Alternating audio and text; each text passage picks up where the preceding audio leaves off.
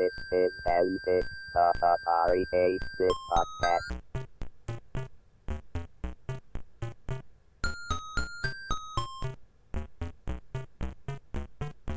This is Antic, the Atari 8-bit podcast. I'm Kay Savetz. Heidi Brumbaugh worked at Antic Publishing, where she started off as an editorial clerk, then was promoted to editorial assistant for both Antic magazine and START magazine, then was programs editor for START magazine. She wrote many articles for both Antic and START, including 3 programs for the 8-bits published in Antic: Red, White, and Blue, a board game; Hot and Cold, a mastermind type game; and Antic Prompter, a teleprompter application. She met her husband through Antic Publishing, START author and programmer Jim Kent, who also created the CyberPaint program for the Atari ST. This interview took place on February 28th, 2021. I would like to find out how you got interested in computers, how you ended up studying Russian and switched to computers. That sounds like an interesting story. So go back as far as you need to and I don't know. If we want to talk about language, I'm a lifelong language nerd. I've been studying languages since I was 12, and it was always been my thing. I transferred to Grinnell College as a sophomore. I started taking Russian because that just happened to be the language that got my attention at the time. I took a basic programming class the first semester I was there, and it was a 1-credit class. They kind of sold it as a easy pass or easy credit. I don't know what they were thinking, but it was the first time I'd ever been in front of a computer. So that would have been 1982, and I don't know what to tell you, Kevin. It was love at first sight. That's all I can say. I mean, I just remember entering these programs and going into the computer lab for the first time. And the first thing they said was, okay, if you do this and then go to this, that's called an infinite loop. Don't do that. So of course I sat down and did that. And the computer started doing this, and I panicked in embarrassment and turned off the monitor, which did nothing. And I finally had to have somebody teach me Control C. So it was funny. I remember that moment to that day. And it was like a burst of embarrassment and excitement. And oh yeah, he was really right about that, and kind of getting it for the first time. So I kind of graduated my way to working in the computer lab. We were user consultants and helped the other students. So that was a fun job. Then I graduated with a liberal arts degree in Russian, no interest in becoming a spy or a translator or a teacher, but not really good enough programming skills to go in that direction. And I'd never been mentored in that direction as well. So my first real job out of college, because I didn't know what else to look for, was as a user consultant. I was in Hawaii, and I got a job at the small college working as in their computer lab. And this was just such familiar territory to me. I was helping with all the stuff. I was writing little programs. I was like the resident Lotus expert. I could recover missing files, the whole thing. But there was a lot of downtime. There were 3 of us. And there was a lot of sitting around with nothing to do except read computer magazines. So they came and they had Bytes, and they had a couple of the other ones. I became a big fan of Jerry Purnell back in the day. And I just the more I read those magazines, the more it resonated, because I'd always been a writer. I was like, I like to write and I like computers. I don't think I could be like a full-time writer or a full-time programmer, but I could write about computers, and this is engaging, and so I developed this dream of working for a computer magazine. That was my dream at, 22 years old. I just had this instinct that was where I belonged. I moved to San Francisco, and I was working as temp jobs as a secretary, which again, I think if I'd been a man, I would have been steered towards technical stuff. But as a woman, I was like, oh, you can type here's a job for you, and those jobs, to be honest, they paid pretty well. I was making, I think $11 an hour in 1984 or 1986, which was a good job. But I kept it was boring as hell. And I kept, every week I would look at the classifieds ads, and I finally found computer magazine jobs. And it was an entry-level job, Antic magazine, editorial clerk. I moved in there, with my bachelor's in Russian and computer programming, and still typing 70 words a minute. And I was making $5.50 an hour as a clerk filing at Antic. But what was the clerk job? What were you doing? Well, the main job in a magazine is editorial assistant. I mean, that's like, it's the main entry level job. And in those days before email, that person's job was to sort everything. So you have to sort the mail, make sure it goes to the right thing. You have to deal with rejections when people, and acceptance letters, contracts. It's just an organizational job, but it's a good position to be in. And the editorial assistant at that point was completely overwhelmed with paperwork and begged them for help. So my job was a clerk. So she would give me stuff and I would file it. She would give me stuff, I'd file it. And sometimes I'd answer the phone when she was at lunch. But she moved on pretty quickly. And since I happened to be sitting there, they gave me a job. And it was the best. I don't know if it's still true. Again, with email, things are a little different, but it was the best way to learn about publishing, because literally I read every piece of mail that came into the thing, the letters to the editor, the submissions, the contracts, the PR, the public relations, everything went through me. And so I learned kind of a big picture of how the magazine works. And then I started being like, hey, by the way, can I please write an article? And it was like I was a really good writer and I was a decent programmer. But again, I'd never had that kind of validated. So when I started writing for the magazine, everybody just looked at me like, what are you doing? Who said you could do all this stuff? But it was pretty fun. I published a couple little games in Antic and started doing some reviews. And then eventually, Antic Publishing, I mean, this isn't like, what did you say, a dirty detail or anything, but one of the ways that the guy that ran the company, Jim Caporal, who's a great guy, I have all respect for him, one of the ways that he kind of kept things under budget, kept things on the cheap, was rather than hire outside people who kind of knew what they were worth, he would promote inside people. And we were always so excited to get the promotion that we wouldn't like beg for the amount of money that the job was actually advertised for. Mm-hmm. So they programmed me, they promoted me to programs editor, junior editor, and then I was programs editor, which basically meant I was in charge of the disc. So Antic was never shipped with a disc. It was type in the programs.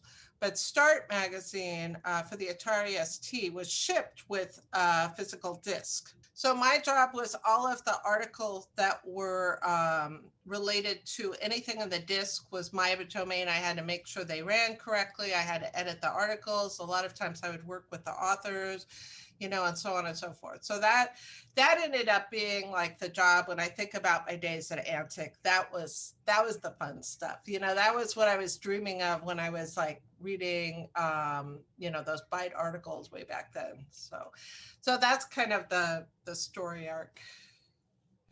Nice.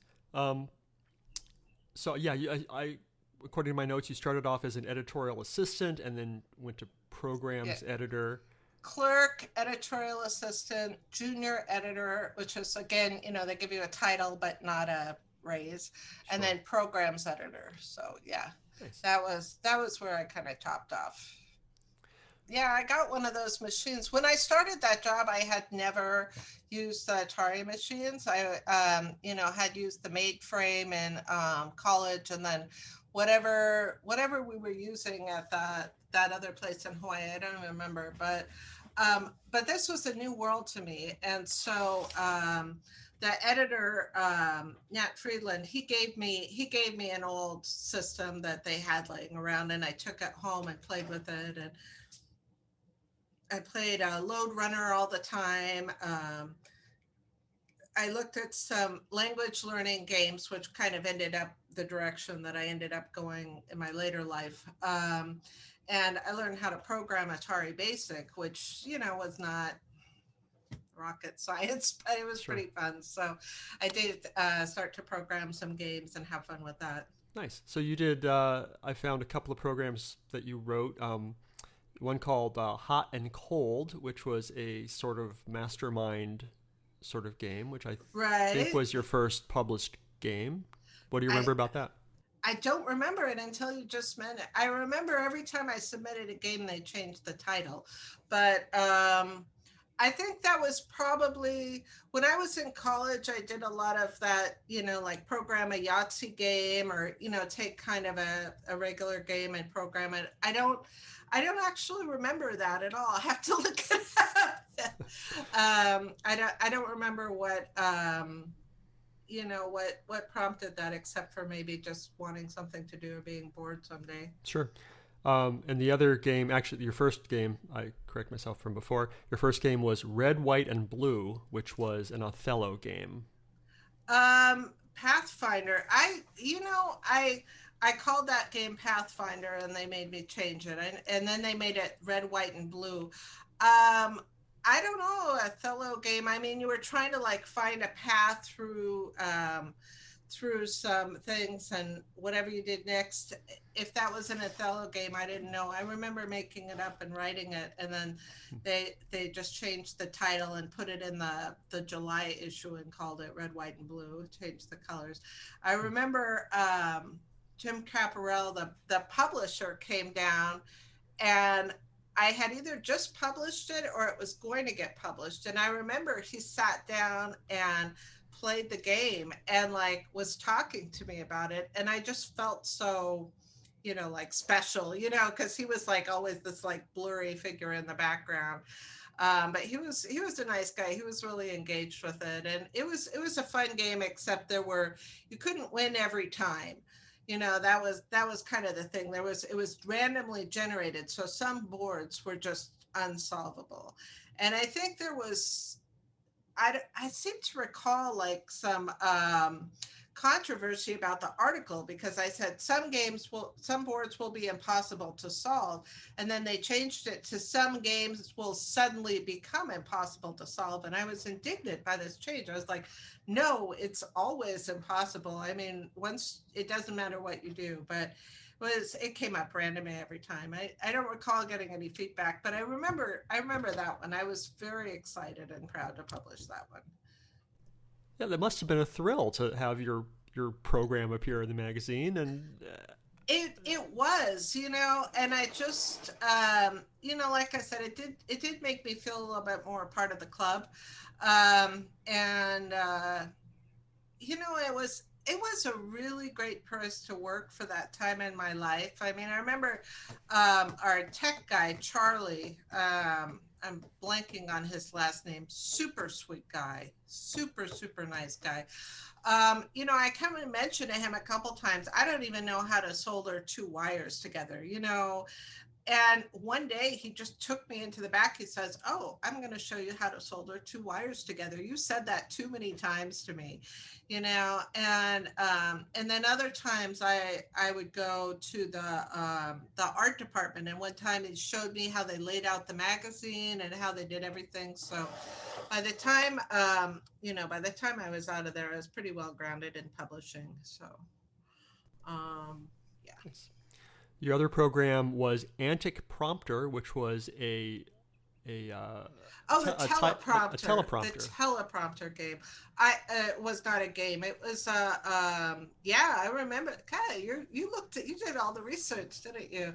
I really I had big plans for that. I really thought that it could become kind of a professional level thing. And I think there were other times in my life with different computer systems. I went back to trying to develop a really good version of that, because it's not a difficult task computer wise, but I think the interface is a bit of a challenge to get right. So, I don't remember what prompted me to write that, but I really I had a lot of fun with it, and like I said, I kind of had big plans for it. But do you remember any other programs or projects that you tried to embark on that didn't make it to publish? At the Antic, no. They, whatever I wanted, they would give it to me. I think those were the ones that I wanted. I didn't really think big at the time. I mean, I probably could have written a bigger program if I thought of it. It just didn't really occur to me. It was a fun job, but it kept me pretty busy. And I was young and living in San Francisco, and wasn't really. I think nowadays everybody has a side gig, but that wasn't really part of the culture then. So. Tell me about the transition from Antic into START and the ST machines. Right. So Start Magazine, I don't know a lot about the industry except, the obvious, the 8-bit machines, they were fun machines. If anybody's still using them, which I guess some people in your audience are, I mean, I would love to play Lode Runner again. I mean, I used to play that for hours. It was so much fun. But I lost my machine. I kept it for a lot of years, but I think there gets to be a certain point where every time you move, you decide, do I really want this? Have I looked, in the past 5 years? And I let it go at some point. But the consumer market, they wanted something a little bit more powerful, a little bit less clunky looking, a little bit sleeker. And so Atari ST, I guess I was trying to remember what ST stands for, Sam Trammell, no ego there. But that had already started when I came there. I think the first issue was out. They were working on the second one. It was a quarterly magazine, and it was a lot glossier than Antic. And they had that hook with the disc, because we weren't like typing in the programs, because that was another thing. It's kind of like a, we're not going to make people do that. Plus, they'd gotten a little bit more complicated. So we had a disc every time, and I was just peripherally aware of Start. I don't even remember who was editing it when I first came in. It seems like people came and went. And then we moved the office, and shortly after that, they brought in John Bell to edit Start. And it was a bit of a scandal, but stupidly so. I mean, you look back in time and it's just like ridiculous. But he used to work for Analog Magazine, and we're like Antic. So I was like, oh, that's our enemy, our big rival, Analog Magazine. Like right now, I'm like literally rolling my eyes. Oh yeah, Antic and Analog, big rivals. So bringing him in, we're like, you're bringing in the enemy or something like that. But John's a great guy. You should definitely talk to. Have you had him on the show at all?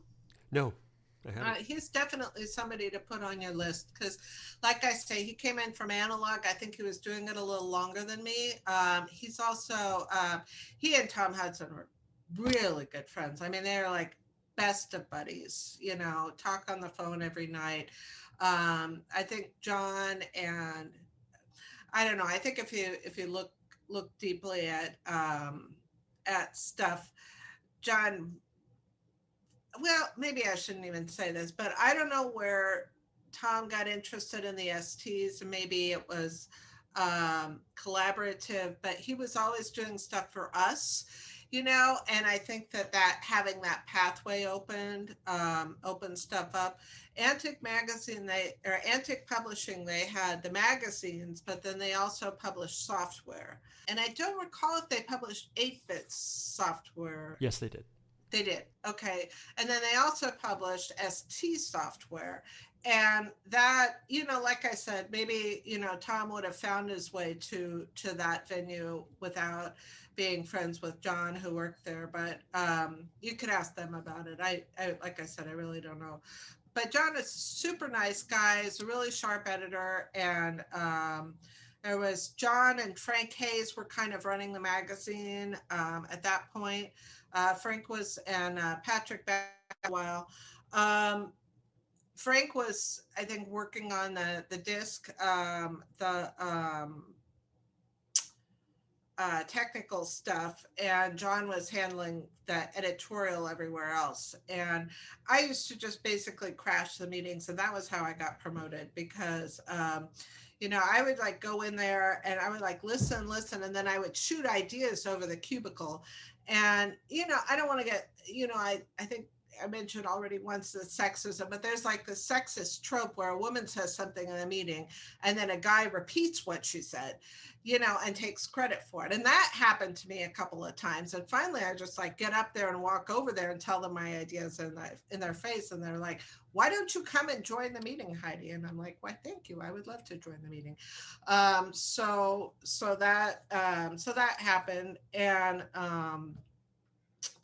it at that point we started using STs to do the magazine. I mean, we never used 8 bits to make the magazine. I don't know, maybe a little bit, but I don't really have a recollection of that. But maybe before there were STs, that was what they used. But to actually make the magazines, we needed, good word processor and stuff like that. So we were using STs pretty much every day. And again, Jim skipped on the equipment. I mean, we never had hard drives. Like only one person in the office would have a hard drive. Everybody else would be like working on, put this on disks and flip it out and everything else. But that when I think about Antic, it was like I started with Antic magazine, but most of my memories are with START, because after a while Antic just became smaller and smaller and then kind of faded away. But START was the magazine of the future, so that was where I was. And we had an Apple II magazine for a while, Apple II Computing, and I worked for that, and they had some really fun educational games. That was a great little magazine. But I think it was hinging its success on the Apple II GS, which never really caught on for whatever reason. That was another nice machine. Mm-hmm. So anyway, that was kind of how I wiggled my way into working for START. Nice. So I love an Atari love story, and you met your husband through Antic and through START, and I would like to hear that. I did. He's no longer my husband. We've been divorced since 2007, but Jim Kent, he was developing, he used to write for START magazine in the early days. He was a freelance programmer at the time.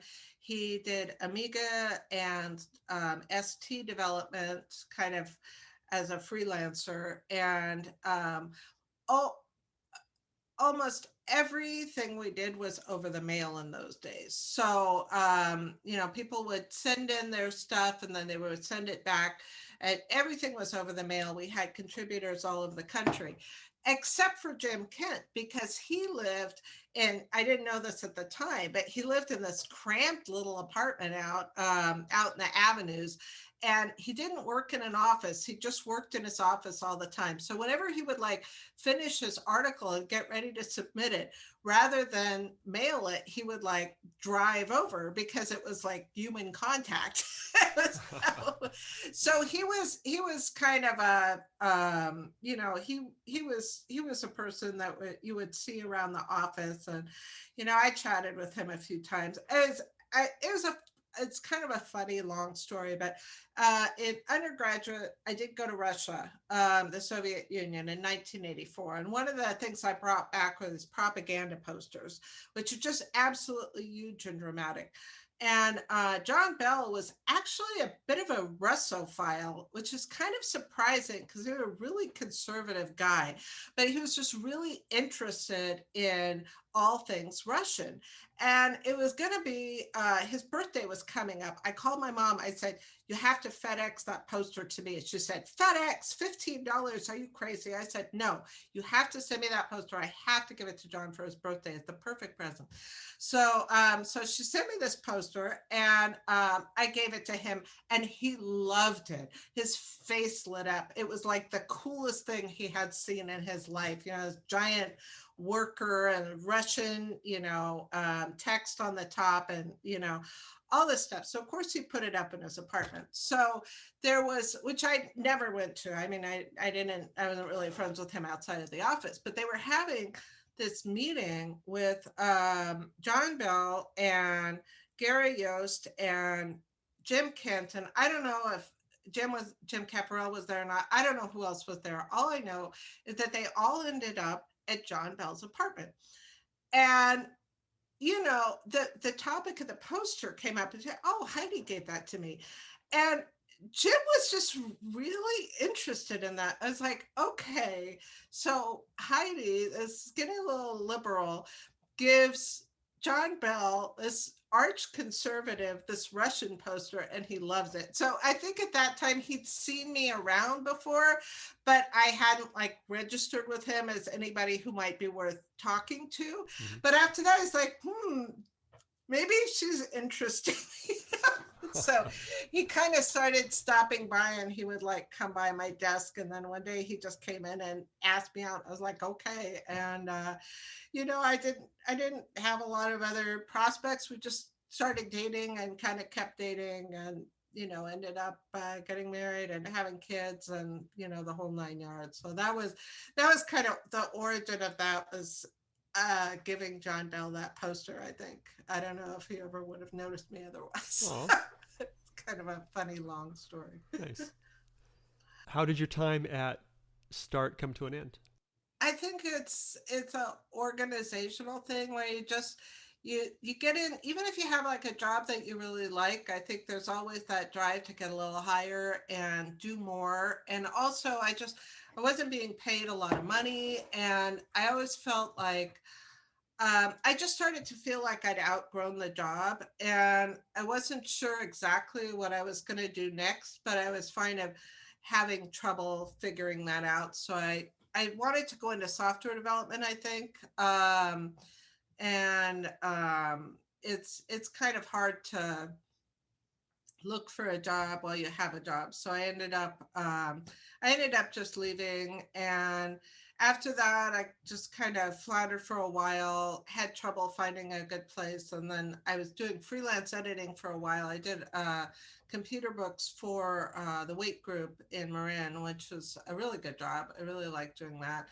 And I don't know. Then I just kind of started having kids, and, just working on other projects. And Jim went back to school in, I think, the late 90s, early 2000s. And he went back to get his PhD in biology, and became a bit of a rock star in that field. And I just had this twinge of jealousy over the whole thing, because I'd always wanted to go back and get an advanced degree. And so finally in the mid aughts, I just came to him. I said, you got your PhD, you got your career, that's great. I got to build some stuff for myself. I had this lifelong interest in, not lifelong, but 20-year interest in computer assisted language learning. And it had always been kind of in the background for me. But like I said, I did that one ST game, the link word game, not ST, that 8-bit word learning game. And I kind of want to do something like that. And so I said to him, I was like, well, the girls are starting high school now. I want to go get my master's, get my PhD, and I'll be kind of done when they're out of high school. He said, oh, you could just wait until they're out of high school, and I said, or not, or I could start now, he was very happy, having me take care of the house, but I just really wanted to, expand a little bit, start my career. I was in my 40s, I didn't want to wait. So I went back to school. I got my master's at San Jose State in linguistics. The marriage fell apart in the middle of all that for reasons. And then I went on. But one of the things about the divorce was that he agreed to stay in Santa Cruz, where we were living at the time with the kids. So if I wanted to go away to get a PhD, he would be on site for that. So I took him up on that, and I went to Canada to get my PhD in linguistics with a focus on computer-assisted language learning. So nice. And that's where I am now. Nice. And what do you do nowadays? Nowadays, I develop my own word learning app. It's called Vocab Victor, and it helps second language learners improve their vocabulary. And it's got, pretty much everything I know about vocabulary, which is a lot, and a lot of what I know about games, because I've always loved games. I mean, you might see there's a game theme coming through all this, but I, definitely, it's a lot of fun. It's a lot of fun. And it's really helpful. The students that use it find it extremely helpful. Nice. Is it fair to say that some of this direction happened because of your 1987 review of LinkWord languages? Did I write that? Did I end up writing that? Yeah. Yes, there's a review. Oh, yeah. Is there? Yeah. No, it was all part of the same thing. And it was funny because I got this email probably around the same time period from my old advisor at college, John Moen, God rest his soul. And he sent me an email. He said, Heidi, you know what you need to do? You need to come here and work in the language lab and make computer programs for people to learn languages. And I was like, I think at the time he said that, I mean, it's like I had this family and Jim had this prestigious job at the university, and like moving back to Iowa was not really like on our horizon as a family, but there was something in there I saw. And yeah, I mean, that LinkWord thing, it really resonated with me, that this is a tool that, because when I studied languages, I always used flashcards. I was just obsessed with flashcards. And, so it's like, okay, what are the ways that computers can do flashcards differently? And I developed this website for teachers in the aughts called, actually, I think I started it in 1996, called Personal Educational Press. And it let teachers make flashcards and print them out. And then you could take the same word list and make bingo boards and print them out, and the same word list and make tests and print them out. It was kind of like this way to kind of leverage technology to make printable materials. And then I wanted to make interactive materials, and I had added a flashcard game to that. But then I just started thinking about it, and I was like, are flashcards really the best way to learn words?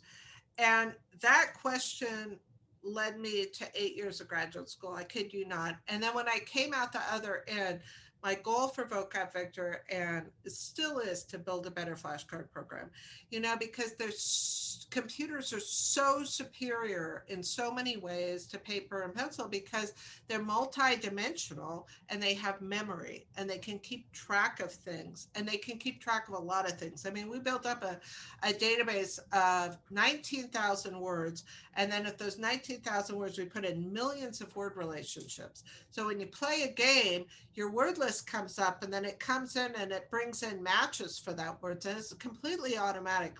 It's not like I have a list of words that you learn and then I have a list of matches. It's like every game is customized for that student with those matches and those words. And I'm just going to go on the record, and I think I've said this recently on Twitter, but the LinkWord method sucks. I don't think it's good. I don't know what I said in that review, but the fact of the matter is that, and just if you don't know what it is, it's like you take a word in, like if you're learning Spanish, then you take a word in the target language, and then you think of an English word that sounds the same and then link it. And the reason I don't like this is because it kind of forces your brain to deliberately misfile the answer that you want. So instead of having like a fluent match between the word and the translation, you have this long meandering path that you have to go through in order to find it. It's like having, yeah, it's like you have to go through the kitchen, and then you have to go through the back office, and then there's a pile of boxes, and then there's a filing cabinet before that.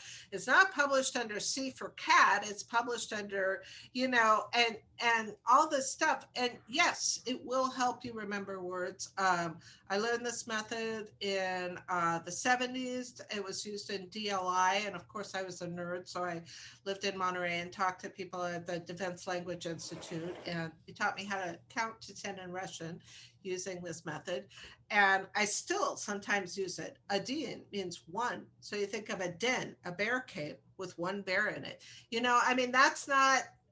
That's not a good link. It's a temporary link, but it's not something that'll help you. And I won't put it in my games, but I'll put lots of different things in the games to help you remember. So that was my link word rant. I don't remember what I said in that article. Let's see. You said I don't know, it's maybe 400 words. You said, my main complaints with the program concerned the drills. The sentence translations at the end of each lesson were good practice, but at times I thought there should be more of them. You can't repeat the drills without going through the entire lesson again. The main problem is that the program doesn't keep track of the words you miss. Even though words from previous lessons are repeated throughout, there's no way to add special emphasis on trouble spots. Oh, this is absolutely 100%. If you have a flashcard program that's a computer program and not a shoebox, you need to throw it away if it does not keep track of what you missed. I mean, that's just ridiculous. Why have a computer whose job is to remember things and not have it remember the main thing you're trying to do? Yes. So to go back and answer your question, yes, absolutely. And that was one of the things I did when I started up at graduate school. I started talking to my advisor, and I said, I really think that the program has to keep track of it. She said, oh yeah, that's called a learner model, and that's the basis of intelligent computer assisted learning, language learning. And it just blew my mind. It's like somebody else thought of this, and there's a way to talk about it and a way to do it. So vocab vector, we definitely use that. We have a learner model. We keep track of not just which words you're learning so that we can repeat them a number of times, but we also keep track of, we use that to estimate your learning level. So we don't go off like a lesson plan. We just estimate your level and then give you more words a little harder as you go on. So yes, that definitely influenced me. But the link word thing, I stand by it. I think at the time I hadn't quite thought it through as much, but. What haven't I asked you about your time at Antic Publishing that I should have? What haven't you asked? I think I was hoping that you would say what was kind of my peak at that. So you could ask me that. What was your peak at Antic Publishing? The peak at Antic Publishing, aside from, meeting the father of my children, was this one time. Our editor at the time, Andy, said, all of you have expertise. Oh, I want you each to edit an issue based on your expertise. And I was given programming. So I edited an entire issue of START devoted to programming. And that, to me, when I look at that issue, that took everything that I learned, the whole time, even like going back to college, everything else, the relationship, Jim contributed to that. He had been playing around with this toy language called Pogo, which was basically, at that time, object-oriented programming was just kind of started. And so he came up with this thing called Pogo that was based around what he called creature-oriented programming. And it was also based on Logo by Seaman Papert, which was kind of this brilliant programming language that was developed to teach children. Side note, based on the word Lego, because that, that was also invented by the same person, Seaman Papert. So Jim made this language, Pogo, that added like actions that you could assign to creatures. So you could say, this creature is going to go in this direction, and if it intersects with something else, then it will do this. And if it intersects with something this color, it'll get bigger. And if it, and you could basically program this world with these little creatures that would go off and kind of evolve and change.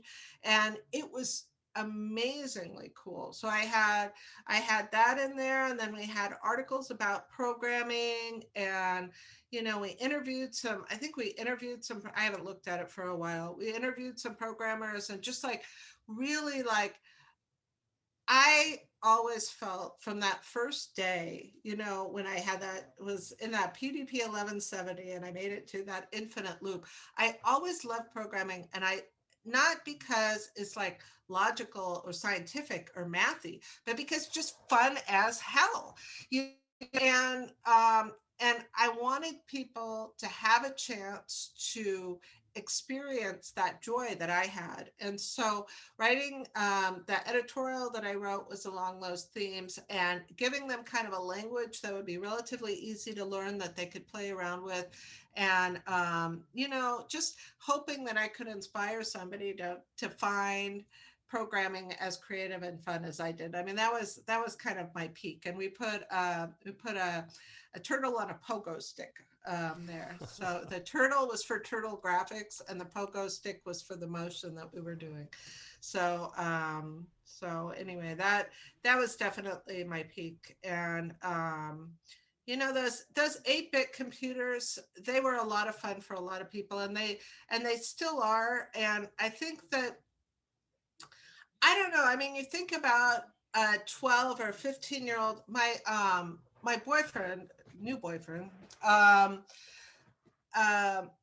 he was recently going through some old stuff from his house, and he's got these old computer magazines, and he had this I forget what it was called, but it was like a programmable board that you could do, and it had this manual, and he taught himself to program when he was a teenager by typing in these little exercises. You think about, kids in the 80s, it's like 12, 13, 14 years old, getting Antic magazine, and then they have to type in the program. What is the benefit of that? As a language teacher, I will tell you that there is a benefit there that goes way beyond that. If you looked at the code or you did that, it's impossible to type in a computer program and not learn something about how that program works.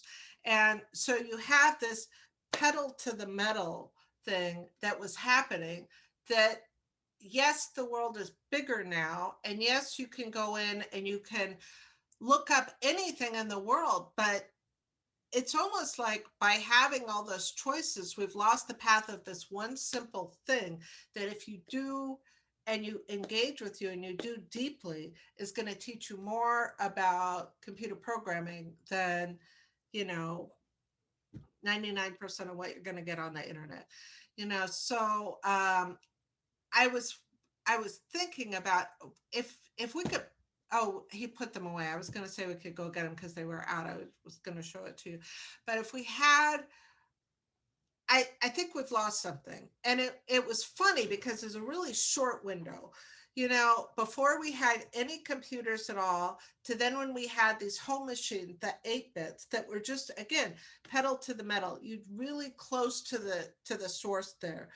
And then you go on to the next generation, and my kids, I sat them down in front of an Atari ST once, and I rue that day because I was so proud. I had got it out of the garage or the storage, and I set it up, with all my favorite games, and I put my kids in front of it. They were about 6 and 7 years old. Do you know what they said, Kevin?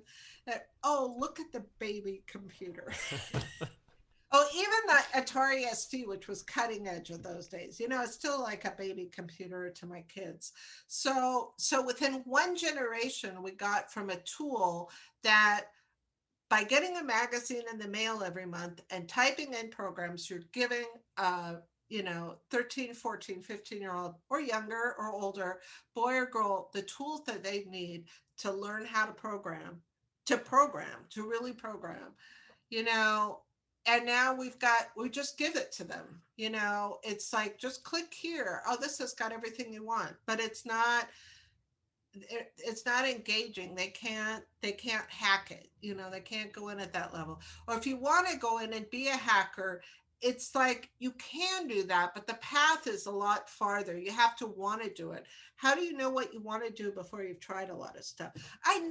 If you sat me down when I was 20 years old and said, do you want to learn how to program computers?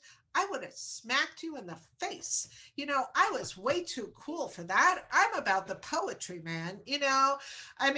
Computers, why would I want to do a computer? But once I started doing it, damn, it's just a bug.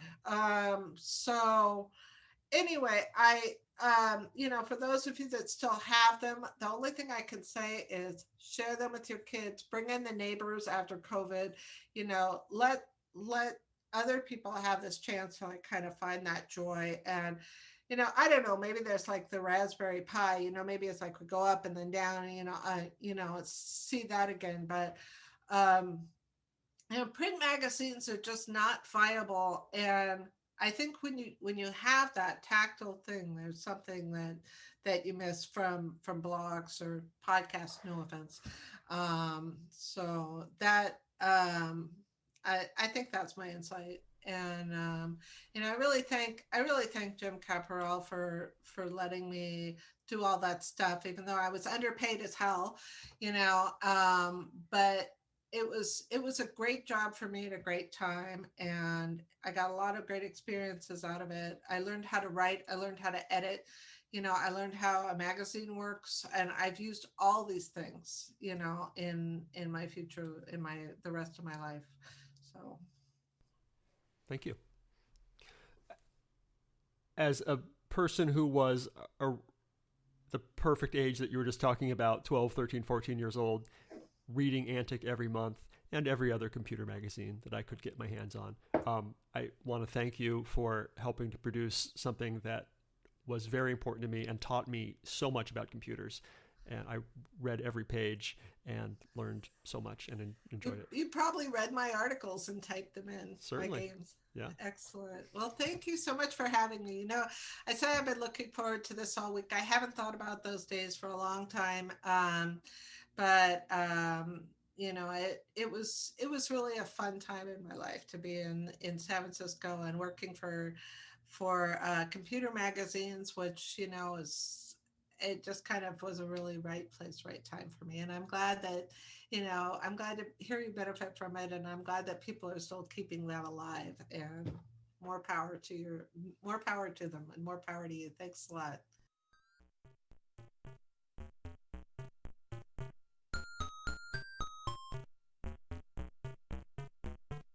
If you enjoy these interviews and would like to contribute, make a tax-deductible contribution to the Internet Archive, a nonprofit digital library that has done incredible things to preserve computer history. Make your tax-deductible contribution at archive.org/donate.